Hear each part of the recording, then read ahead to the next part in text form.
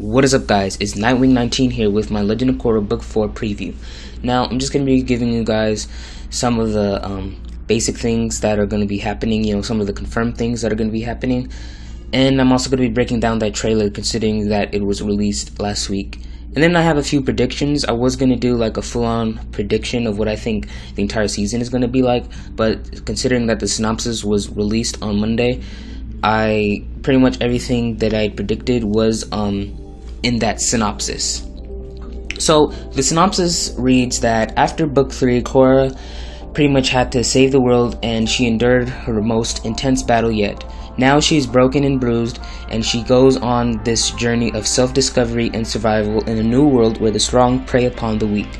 When an aggressive military force rises up, led by the power-hungry Kuvira, the fate of the Earth Kingdom hangs in the balance, and only the Avatar can set things right. So yeah, pretty much everything that's going to happen in book 4 is pretty much going to be revolving around the Earth Kingdom. After Zahir had killed the Earth Queen, Kuvira and her Metal Clan army pretty much came in, started oppressing all the other sections of the Earth Kingdom. So pretty much Korra is left with that duty to bring balance into the Earth Kingdom and pretty much also to the world. Korra is also going to be going on a spiritual journey, trying to find herself again, and I had also predicted that she would go on this journey where she finds herself again. She finds her reason for being the Avatar, her duty, and that pretty much is the point where she cuts her hair. That's pretty much the beginning of her journey. So now on to some confirmed things here. Book 4 takes place 3 years after Book 3, and this is a really big time gap.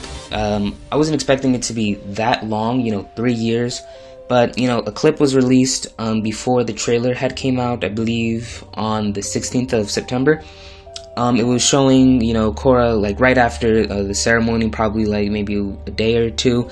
Korra's heading over to the Southern Water Tribe, and she has this nightmare of Zahir. She's replaying that moment where she nearly died. So, I didn't expect her to be away for that long, 3 years being in the Southern Water Tribe, and she even said that she's only going to be gone for a couple of weeks, and clearly it was a couple of years. So that's a really big time gap. Everybody's going to be really happy when she returns. Hiroshi Sato, Asami's dad, will return. He's probably the one creating the new mecha tanks, but the real question is, how did he get out of prison? He probably served out his life sentence, or he probably broke out, but either way, he's back. Toph will make her Legend of Korra debut, and I'm feeling that her role in this book is pretty much going to be really big. She's going to have a big role in this last season of Legend of Korra.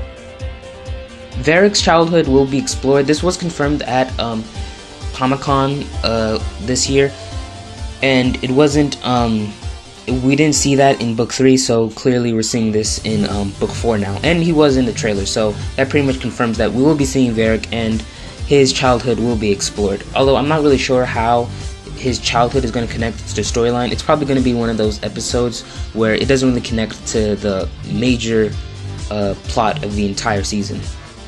Zuko's daughter, the Fire Lord, will make her first appearance, and I've been wanting this for a long time. You can see it in the trailer. She's sitting next to her dad, along with President Raiko and Tenzin. So, they're probably at this big conference meeting where all the world leaders come together to figure out how to solve the problem going on with the Earth Kingdom. And Kuvira will be the villain this season. This was pretty much confirmed in the trailers, showing Kuvira being all menacing, and now it's being confirmed in the synopsis released by IGN. Episode 1 will be titled After All These Years. There was a clip released for the first 2 minutes, and I'm going to go into that after I do my trailer breakdown. And episode 4 will be titled The Calling. This was revealed when Mike and Brian had announced that Legend of Korra Book 4 will be premiering October 3rd. So now onto my trailer breakdown. The trailer was released on September 26th, and since then it's reached, I believe, 2 million views. So, it's getting a lot of good reception. But pretty much the trailer starts off showing scenes of book 3 with, Tenzin saying that, Avatar Korra would risk her life to save the airbenders. And then it shows, some scenes of Korra fighting, Kai and Opal gliding in the air with some new airbending suits. Korra in Republic City with Asami and Mako. I'm assuming this is in episode 1. Probably not, but, it could be in either episode. Bolin is fighting in the forest against someone, and Kuvira is, with her Metal Clan army. The trailer ends with what looks like Korra being lost literally and figuratively, and thus ending this with the scene where Korra finds Toph in what looks like a cave. So a few things watching this trailer that went up in my head. The first one being, Bolin fighting that person, whoever it was, in the forests. It was showing that he had jumped out of Mega Tank. So I'm not really sure if Bolin had joined the Metal Clan army. He probably could have, but he's probably going undercover. He's probably, after those 3 years, he probably joined up with the police force and went undercover in Kuvira's Metal Clan army to find out what's going on. But his cover was blown, and we have him fighting in the forest. It looks like he's fighting to save his life, considering that he's using lava bending.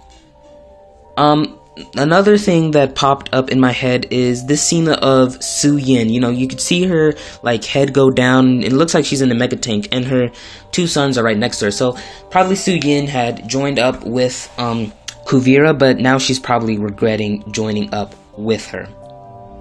Before the trailer release, there was a clip of Korra going to the Southern Water Tribe, and I already explained that. So yeah, that's pretty much the very beginning of book 4, Korra leaving, and then it jumps to 3 years later, or it's showing Korra during her 3 years away, and also it will probably show scenes of everybody else in those 3 years.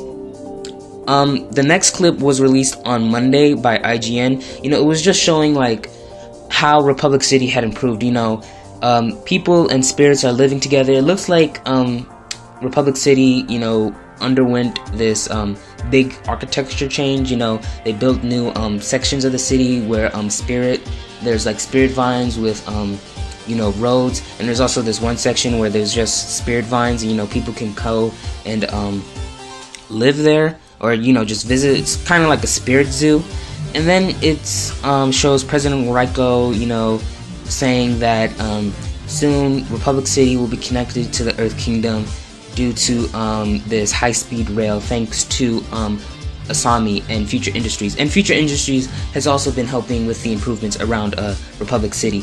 But this is probably going to impose a problem, considering that the Earth Kingdom is under attack by Kuvira and her Metal Clan army. So that high-speed rail could give Kuvira and the army straight access to Republic City, and start spreading their little empire there, and then move on to the Fire Nation. The clip also showed Prince Wu, who is going to be the next Earth King, but I doubt he's going to be or even become the king because of Kuvira's forces. And then it also showed Mako there. So yeah, that's pretty much it for that clip. And that's it for my Legend of Korra Book 4 preview. But what do you guys think? Are you guys excited that Book 4 is coming in a couple of days? Leave me your thoughts in the comments below. I'll be doing reviews for all 13 episodes. I'm not sure if they confirmed it yet, but right now we're probably just going to get one episode on Friday, so be sure to get that. And yeah, subscribe to my channel, Jedi9for50, and this one for more videos on Legend of Korra. I'm also doing Gotham reviews and Arrow and the Flash. Follow me on Twitter, Instagram, and Facebook. I do a lot of updates there. Thank you so much for watching. Bye. There would be no Air Nation without Avatar Korra. She opened the portals and somehow the world began anew for us. And she was even willing to lay down her own life in order to protect ours.